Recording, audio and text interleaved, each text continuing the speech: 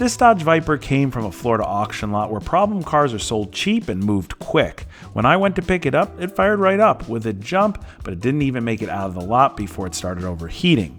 A few quick tests uncovered just a leaky water pump, and swapping the pump was simple in theory. Twisting myself into a pretzel under the oversized reverse clamshell hood was the real challenge, but after upgrading the pump and dropping in a cooler thermostat, the car finally seems to hold temperature. Today we're going to find out if it actually holds up on the road, not just on a quick loop, but a proper drive to see if it can handle more than a few blocks without melting down. But before we even get started, we have to figure out the source of smoke coming from the interior. Where's that smoke coming from? What the heck? Now, I don't think it's because of the potential fire hazard that we have, but the Dodge Viper has been dubbed a widowmaker. In other words, it's one of the most dangerous cars ever made. But as we'll find out today, it might not be because of the lack of ABS brakes or traction systems. I'm convinced it's because there's no insulation anywhere while being a foot away from a huge displacement V10 with exhaust pipe plumbing that literally surrounds the areas you sit. There's even a covert warning every time you exit the car that lets you know that your calves are about to be destroyed. In just a single casual test ride down the driveway, my sunglasses literally branded my face, and to make it worse, neither of the windows work. The switches are completely dead, which on any other car would be a minor annoyance, but in Florida heat, in a Dodge Viper, it's more like a slow cooking death trap. So before we even think about putting miles on it, we've got to figure out why both windows are completely dead. The good part is it's a very cheap car, about $15,000 cheaper than any other comparable one for sale now, and while we'll still have to spend some money to make it 100%, it seems to have been designed by cavemen because every system is so basic and it shares a lot of parts right off of a 99 Caravan. There's only 2 fuse boxes in it, and you can easily see each and every fuse. And right off the bat, we found a blown one, this 15 amp right here. So a quick search online says that this fuse is for cigar, which I'm guessing is the 12 volt port in the center console.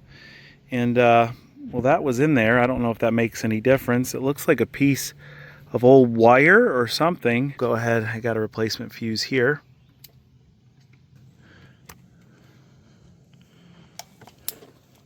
Uh-oh, I just heard something pop when I turned the car on, and look, it instantly blew this fuse, okay? So there is a short to that 12 volt in the center console there. So there's, oh look, there's smoke coming from the interior too. Where's that smoke coming from? Old cars and electrical issues are not very fun. We're gonna wanna take this center trim out, which looks like it comes up and out really easy, and see what's going on behind our port here. Now, I did notice that this car has 2 screws on either side, and those are definitely not factory. Someone drilled these down in place. It all feels like it's in decent shape and sturdy. There we go. All right. Okay. Gotta love an old American car. Things just kind of come apart. All right, we've got this all unplugged. Now these are the 2 ports for our window switches. They look pretty good. They look nice and clean. And then this is the 12 volt port. And if you look, it's kind of corroded all in the back there. And it looks a little bit rusty in the inside of there too. So to get this thing out, I'm just gonna hold it on one side and then it should just screw. And you could see, yeah, it's completely corroded in there. One of the terminals is burnt off inside, and replacing this should fix that problem. It might even get our windows back online. What I'm totally guessing at here is that since the power port and the window switches are so close together that they might be on the same circuit, as there is no fuse that is marked Windows. Replacing this part is obviously very easy. We just got to go get one at the auto parts store. And while I could take my Tesla that is fast, it's quiet, it's got ice cold air conditioning, it's very comfortable.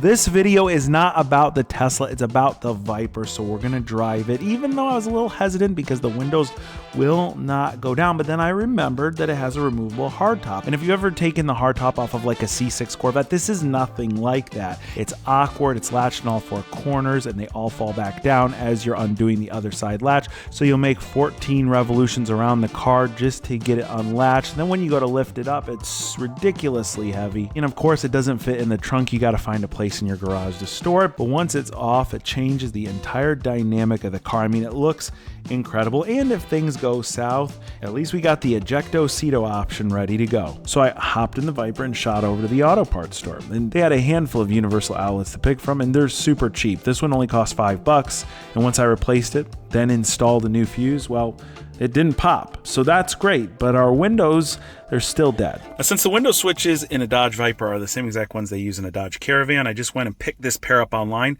for $30, and supposedly these are a very common failure point. Again, I'm a bit skeptical since both of them are not working, but it'll be simple enough for us to test by just taking one of our spare switches here, plugging it in.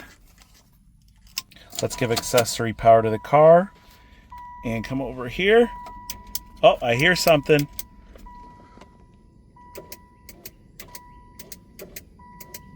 All right, so we know at least one of the switches is bad, which means the other one's going to be bad, but also our window regulator seems bad. The window regulator is basically the mechanism that moves the window up and down. It's like a little elevator inside the door. It's made up of a few metal bars, along with some metal wire and plastic clips and pulleys. And it's very common for the plastic in these parts to get chewed up over time, whether it be from age or just use. But on older, more rare cars like this, sourcing window regulators can be a pain, but usually there's services that repair them. And that seems to be the case for this Viper, but if you do just a little bit more digging, there's an actual repair kit that contains a couple plastic clips that apparently are the weak part of these window regulators. The clips themselves just cost over $10 for one door, so we'll order these up and hope that they do the trick. And if they don't, well, we'll either get them rebuilt or buy a set of rebuilt ones. So one of the things I totally missed in the auction listing and really didn't pay much attention to until I drove the car for the first time is the fact that it's missing a rear view mirror.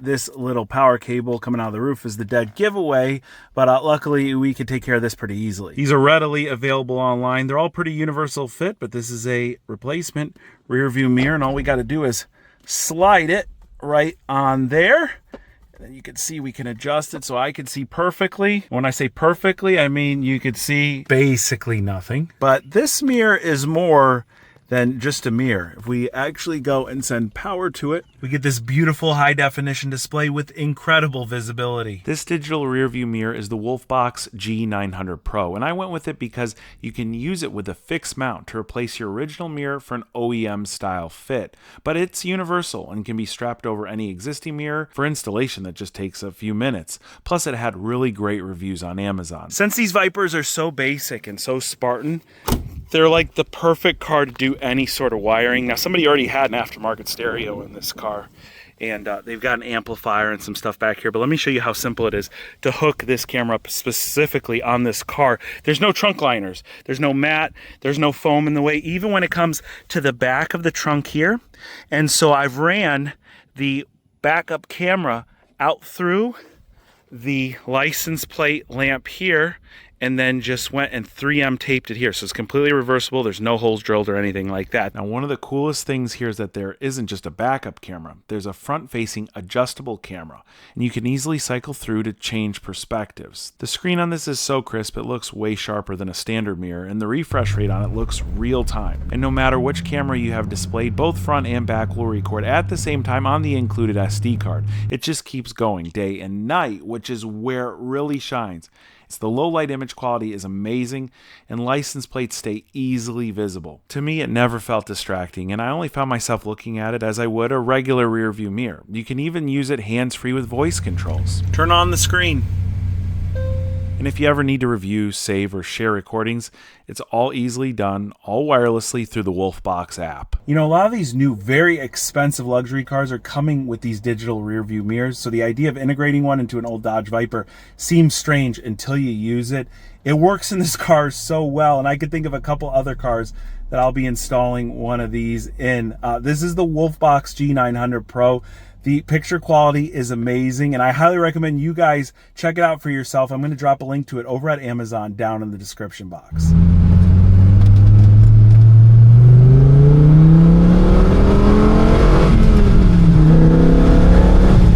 While we're in traffic here, you'll probably be able to hear me a little bit better, but it's a lot of fun, this car. It's not like many other things.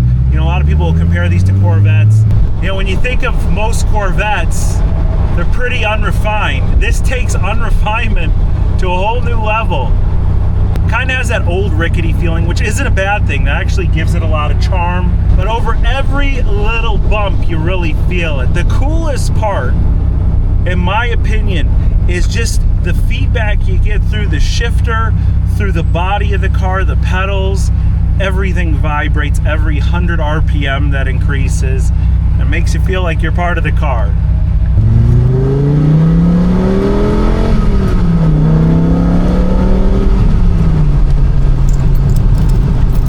All right, we are successful so far, except for the part where my body is drenched in sweat. Ugh. This car actually has a prop rod, like for a hood, but for the trunk. I brought my in case of emergency bag here. In it, my jump pack and my tire inflator, which I'm going to use right now. Ooh, that could totally be why. Anytime I go on one of these first drives, the two top tools that I bring along with me are the Fantic jump starter and tire inflator.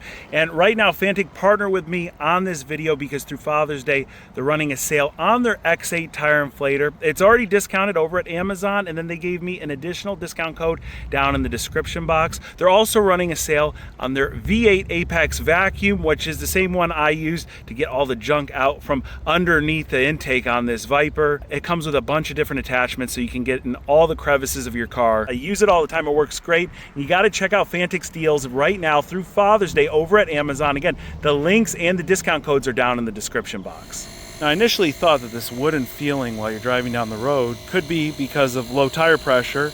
And even though we do have low tire pressure, when you take a closer look at the DOT number here on each tire, they're all stamped with 13. The last two numbers are 13. And I'm pretty sure the last two numbers are the year that these tires were made. So if these things are over 10 years old, that would be the reason. I mean, this confirms our problems. They are completely dry rotted. And it's not just this rear one, the front ones are bad too. These things are 345 with rear tire. I bet that these, when they came out, were only for a Viper. They're probably still only for a Viper if you can find them, size 19.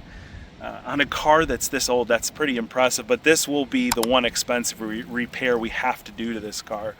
And well, for right now, at least the pressures are all good. It will give us a safer chance of getting home. We've gone several days with reliable driving. We've logged some really solid miles on this car, but we just popped a check engine light. And one thing I've noticed as I've been driving it is that the temperatures stay really cold, like almost too cold. That could be one of the reasons we have that light. Either way, we'll find that out very shortly when we scan it. But otherwise, the car idles great and everything seems well. Now, this car is a 2000 model year, which means it came with an onboard diagnostics port, and that makes our life a whole lot easier. But still, when I plugged in one of my code readers and searched for 2000 Dodge Viper, it was a bit funny, and that happens a lot on these older cars, so I just used the generic check engine feature, and well, all that popped up was one code for a failed oxygen sensor. I looked these things up, and they're cheap, like $30 cheap, so we'll go ahead and order one of those up. Now, when we did the initial water pump repair on this car, we finished by filling up the system with hose water and a bottle of coolant flush. The flush was specifically to clean out the gunk, scaling, and rust that we found while we had everything apart. Now that we've driven the car a few times over and it's had time to get warm and cool down, it's time to drain that water out and refill the system with actual coolant. But before we do, I flushed the system as many more times as it took with hose water, which was about 4 buckets before things started clearing up. And now we can do the final fill with our coolant and distilled water. So the current issues that this car has are just like old car problems, stuff that you'd experience on any old car that you owned and regularly drove. They're not a big deal. They're inexpensive to fix. And again, most of the stuff on this car is easy to get to. Those oxygen sensors probably wouldn't be more than a 30-minute job, especially if you had a lift. But owning a Dodge Viper in general has me every which way puzzled. Remember, this is the second gen car. This is supposed to be a major upgrade from the first gen car that has the plastic windows and the plastic top, that has water leaks if you ever drive it in the rain. And still, I can't see a reason for this car to exist other than the fact that it's really a beautiful looking car, especially with the roof off. It makes an amazing exhaust note. It's a 6-speed manual with incredible feedback in the shifter and in the clutch pedal.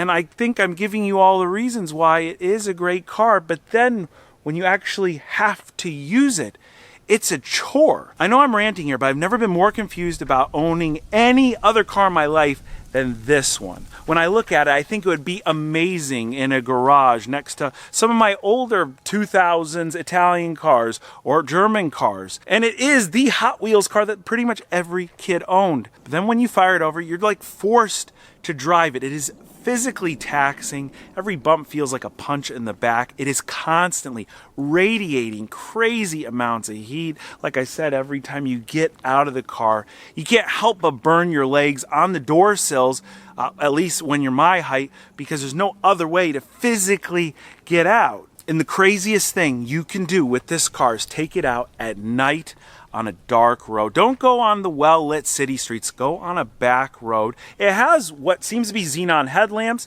that light up the road up adequately, but there is minimal lighting in the interior. There's no big nav screen blinding you in the face. It is complete darkness with the sound of a V10 engine chopping away. And it's not even like you care to go fast at this point. You care to just stay alive. Every moment feels like you're driving towards the end of your life. I've never had a car make me feel so many different types of ways at once. And as I drove it and as I hated it, I thought that only a psychopath would buy, install the back wing on the car, and drive it over 50,000 miles, because that is what is on this Viper. There's nothing else that will make you feel like a Dodge Viper. There's nothing else that will age you 3 years and 3 days of driving this car. Do you see how I currently look? I'm wondering if I'm the right psychopath for this car and whether we should keep it long term. You guys let me know what you think down in the comments. If we do keep it, there are so many different things we can do. This is actually a really good project car platform. I personally would never think about putting any more power to it, but guys do. They twin turbo them, they supercharge them. I think it's a great platform to actually do paint and body work on, because only the exterior surfaces are all coated in paint, and they all come off with like a handful of bolts each. So you could do a wicked paint job on this car really efficiently. In the interior, somebody already tried to upgrade the stereo. I haven't even turned it on because I need all my senses available to focus on the road in it, but it has some big kicker sub in the back deck. I think it's only got 2 door speakers on it. There's a really nice amplifier in the trunk. So there's a lot of things you could do with this car. You could do them simply, you can do them on a budget, and more than likely when you're driving it, you're going to be the only guy on the road with a Dodge Viper. Do you see all the positives that come along with owning a Dodge Viper? I don't know, and I don't think I've ever been this crazy ever on video. So please guys, if you feel that I've lost it all, be sure to hit that like button. And if you really want to help me out, send me an email and tell me you want to buy this car, because I don't know how much longer I can go without driving it. Who am I kidding? I'm taking this Tesla. Here, so I'm going to do this, and I lift up, and then the other side locks in place. How are you supposed to do this without hockey pucks?